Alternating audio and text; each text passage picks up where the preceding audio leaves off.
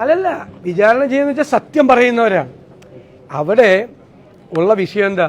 അത് വഖഫ് ഭൂമിയല്ല. അവരെ കുടിയൊഴിപ്പിക്കാൻ പാടില്ല, അവർക്ക് പെർമനന്റ് ടൈറ്റിൽ കൊടുക്കണം. കേരളത്തിലെ ക്രൈസ്തവ സംഘടനകൾ മുഴുവൻ ഒറ്റ തീരുമാനമാണ്. കേരളത്തിലെ മുസ്ലിം സംഘടനകൾ മുഴുവൻ യോഗം ചേർന്ന് അവർക്ക് പിന്തുണ പ്രഖ്യാപിച്ചു. പിന്നെ ആരെ എതിര്? സർക്കാരും സർക്കാരിൻ്റെ കീഴിലുള്ള വഖഫ് ബോർഡും. വഖഫ് ബോർഡ് പറയുകയാണ് അത് വഖഫ് ഭൂമിയാണെന്ന്. അപ്പോൾ എന്തുകൊണ്ട് ഈ കമ്മീഷനൊന്നും വയ്ക്കാതെ മുഖ്യമന്ത്രിക്കും ഗവൺമെൻറ്റിനും ഒരു തീരുമാനമെടുത്ത് വഖഫ് ഭൂമി അല്ല എന്നുള്ളൊരു തീരുമാനമെടുത്ത് ആ കേസ് കോടതിയിൽ അറിയിച്ച് ഇത് പിൻവലിക്കാം? 10 മിനിറ്റ് കൊണ്ട് തീരുമാനം എടുക്കൂല. എന്താണെന്നറിയോ? ഇവിടെ സംഘപരിവാർ ശക്തികൾ അതൊരു ക്രിസ്ത്യൻ മുസ്ലിം വിഷയമാക്കി ഭിന്നിപ്പ് വളർത്തിക്കൊണ്ടുവരികയാണ്. അതിന് കൊട പിടിച്ചു കൊടുക്കുകയാണ് പിണറായി വിജയൻ മുനമ്പം വിഷയത്തിൽ ചെയ്യുന്നത്. നീട്ടിക്കൊണ്ടുപോകും. നിങ്ങൾ നോക്കിക്കോ, തീർക്കില്ല. പറ്റുമെങ്കിൽ അടുത്ത ഇലക്ഷൻ വരെ തീർക്കാതെ പോകും. കാരണം ആ ഭിന്നിപ്പ് വളരുക, ഭിന്നിപ്പിൻ്റെ രാഷ്ട്രീയമാണ് സംഘപരിവാർ രാഷ്ട്രീയം. ക്രിസ്ത്യൻ മുസ്ലിം സമുദായങ്ങൾ തമ്മിലുള്ള, രണ്ട് മതങ്ങൾ തമ്മിലുള്ള ഭിന്നിപ്പാക്കി അവർ വളർത്തിയെടുക്കാൻ ആഗ്രഹിക്കുന്നു. മുഴുവൻ മുസ്ലിം സംഘടനകളും ക്രിസ്ത്യൻ സംഘടനകളും ആ കോസിന് വേണ്ടി പിന്തുണ കൊടുത്തിരിക്കുകയാണ്. പ്രതിപക്ഷം മുഴുവൻ ഒരുമിച്ച് അവരെ കൂടെ നിൽക്കുക.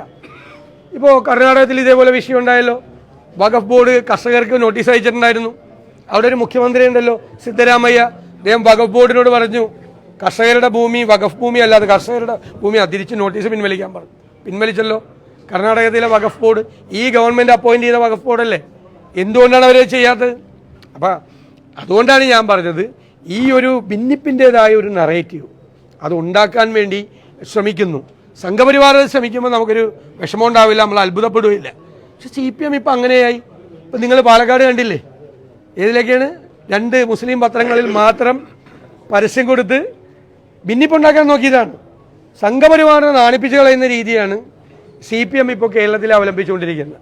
പാർലമെൻറ്റ് തെരഞ്ഞെടുപ്പ് കാലത്ത് മുഴുവൻ ന്യൂനപക്ഷ പ്രീണനമായിരുന്നു. നിങ്ങളല്ലേ കേട്ടത്? 35 ദിവസവും CAA അല്ലേ? CAA പറയും, മുത്തലാഖ് പറയും, ഗാസ പറയും, ഇസ്രായേലിനെതിരായിട്ട് പറയും. ഇപ്പം ഒന്നും മിണ്ടുന്നില്ല. ഇപ്പം മാറി. ഇപ്പം ഭൂരിപക്ഷ പ്രീണന. അതിൽ 1987 EMS പറഞ്ഞത് എന്താണ്? അവരിങ്ങനെ തന്നെ പോട്ടെ. കാരണം 87 അല്ല, 2024 2025 2026 മനസ്സിലാവും. അപ്പം പഠിച്ചാൽ മതി. നേരത്തെ നമ്മളും പഠിപ്പിച്ചു കൊടുക്കണം.